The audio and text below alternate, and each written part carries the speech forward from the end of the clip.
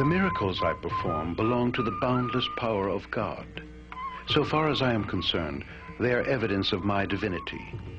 It is not by any means an exhibition of divinity. All performances of magic, as you know, are done for the sake of income. These are tricks of the magician's trade. They constitute a kind of legalized cheating, the transfer of an object from one place to another by a trick of the hand which goes unnoticed. They involve no city or miraculous power. What I do is quite a different act of creation. It is neither magic, nor is it city power either. For one thing, I seek no return. For another, I do not cheat people by transferring objects, but I create them. Again, I do so not because of any need or desire of exhibition of my powers. For me, this is a kind of visiting card to convince people of my love for them and secure their devotion in return. Since love is formless, I use materialization as evidence of my love. It is merely a symbol. Most people desire talismans symbolic of my protection, so I provide them. When they are in trouble, they feel the grip of the ring, bracelet, or watch to remember me and call me to their rescue so that I can help them. On the other hand, if I give them something they cannot wear, they are likely to store it and forget about it. These trinkets or talismans give people a sense of security and protection they need in time of trouble or crisis, and create a symbolic link covering the long distances between them and myself. When the devotees need me, these objects flash the message as if by wireless, and I instantly come to their rescue.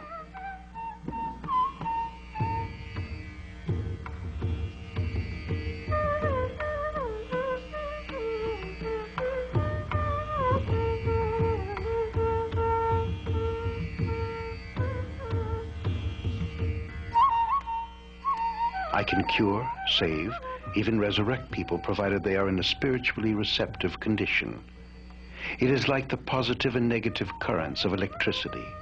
My capacity to heal can be compared to the positive current. Your devotion to me is the negative current. Once the two come together, the devotion provides what is called the miracle of healing. The physical objects manifested by Sathyasai Baba frequently represent the religion or belief of the recipient. Dr. John Hislop, head of the Sathyasai Council of the Americas, relates an experience when Sai Baba created a unique crucifix and presented it to him. We were in India in the Bandipur forest at the time of Mahashivaratri, and Swami was driving around through the forest with several people to locate a place where the ceremony could be held. And we finally found a dry river bottom, and that evening we all came back again, got out of the cars and started to walk down the slope of the hill towards the dry river bottom. I happened to be walking beside Swami, and we passed a small bush. And Swami picked off 2 twigs and held them in the form of a cross like that, and said, Hislop, what is that? I said, well, Swami, it's a cross. So he then put the 2 twigs in his hand like that, and blew 3 times on his hand, and opened his hand, and there was this cross that you see here on the back of my hand. He said, this is Christ as he really and truly was, not as artists and historians have pictured him. His stomach's all drawn in through several days of no food and so on. So I looked at it, and I said, well, Swami, what is that hole at the top of the cross?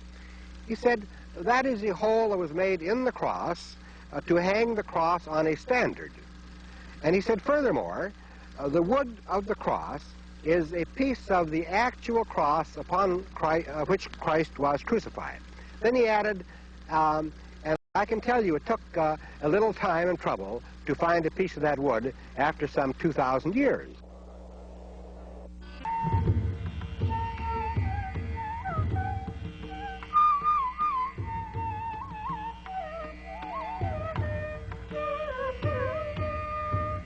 God is man and man is God.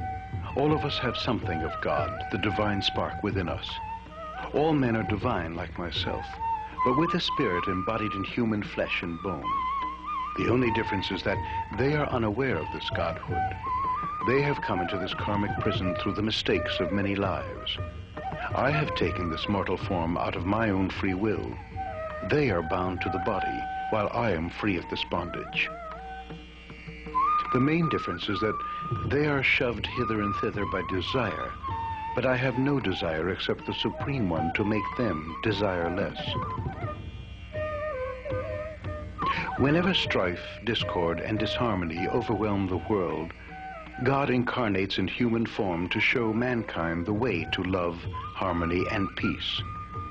The avatar takes a human form and behaves in a human way so that humanity can feel kinship with divinity. At the same time, he rises to godly heights so that mankind also can aspire to reach God.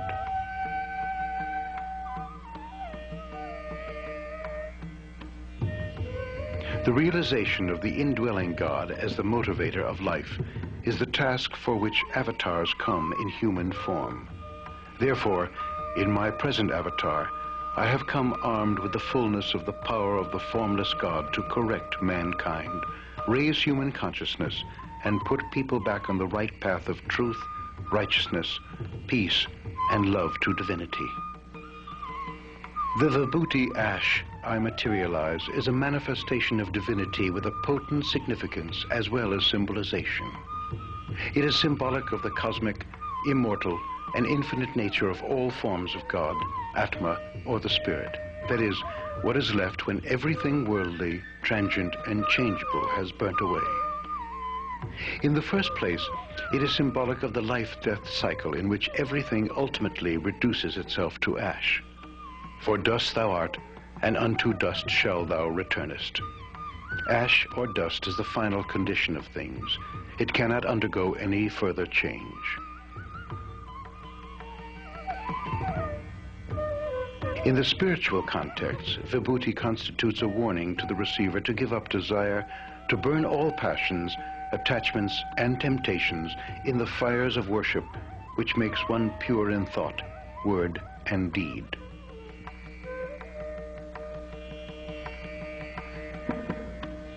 It is in order to press home this lesson that I materialize ash for those who come to me with love and devotion.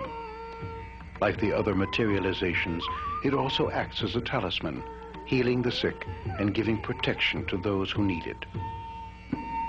It is a symbol of divinity, quite different from magic trickery. My powers to protect, heal, save people, and materialize objects originate in God and can be used only by an avatar.